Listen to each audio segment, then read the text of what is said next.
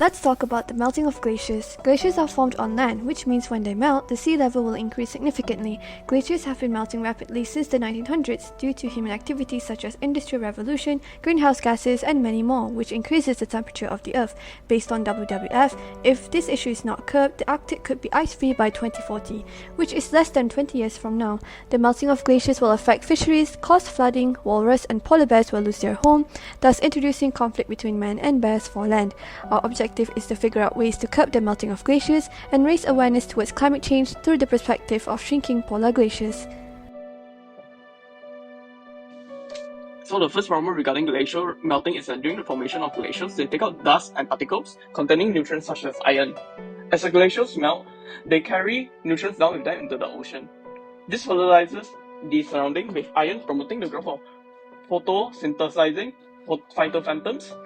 The increasing growth of phytophantoms would form harmful algae bloom, which produce toxic compounds that can harm the surrounding aquatic organisms.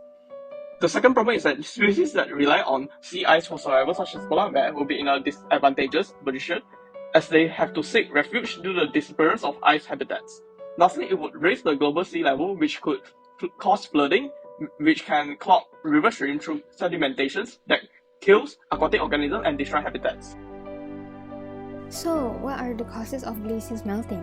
The first cause of glaciers melting towards biodiversity is the burning of fossil fuels. The burning of fossil fuels caused an increase in greenhouse gas levels. Hence, the environment which resulted in the greenhouse gases being trapped in the atmosphere and leading to the warming trend. As temperature rises, more glaciers melt, revealing the soil beneath. Secondly, the melting of glaciers is also caused by deforestation. The amount of carbon dioxide released is increasing while the amount absorbed by the trees is decreasing. As a result, global warming and sea level rise accelerates.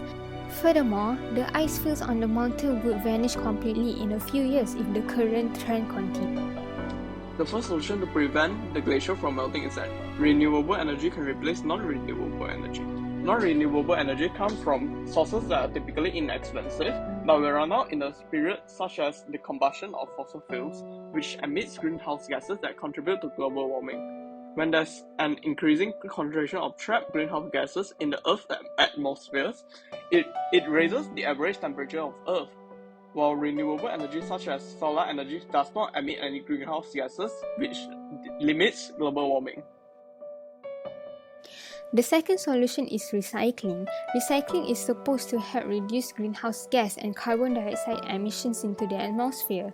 Greenhouse gases are gases that allow heat to stay in the atmosphere, causing global warming and climate change. In addition, landfills emit carbon dioxide. Papers thrown away in landfills eventually decompose and release carbon dioxide into the environment. However, recycling can help to minimize these emissions, and as a result, global warming and glaciers melting are reduced. The issue is identified and their solutions. Then, why is the problem still here? Let's take a look at what efforts we have made. Malaysia accepted both the UN Framework Convention on Climate Change and the Kyoto Protocol in 1994 and 2002 respectively. In 2009, the government passed a National Climate Change Policy and a National Renewable Energy Policy. Malaysia targeted a 40% reduction in carbon intensity by 2020 compared to 2005, and the Renewable Energy Act and the Sustainable Energy Development Authority Act were both passed in 2011. On November 16, 2016, Malaysia ratified the Paris Agreement. What is the Paris Agreement? The Paris Agreement on Climate Change is a legally enforceable international treaty. It was adopted by 196 parties at COP21 in Paris on December 12, 2015, and went into effect on November 4, 2016. Its goal is to keep global warming considerably below 2 degrees Celsius, preferably 1.5, compared to pre-industrial levels. It's very important as it is the first binding agreement that brings all nations into a common cause to undertake ambitious efforts to combat climate change and adapt its effects.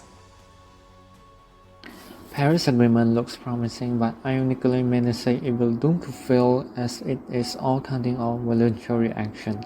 The biggest argument is that which countries that sign the deal should be responsible the most.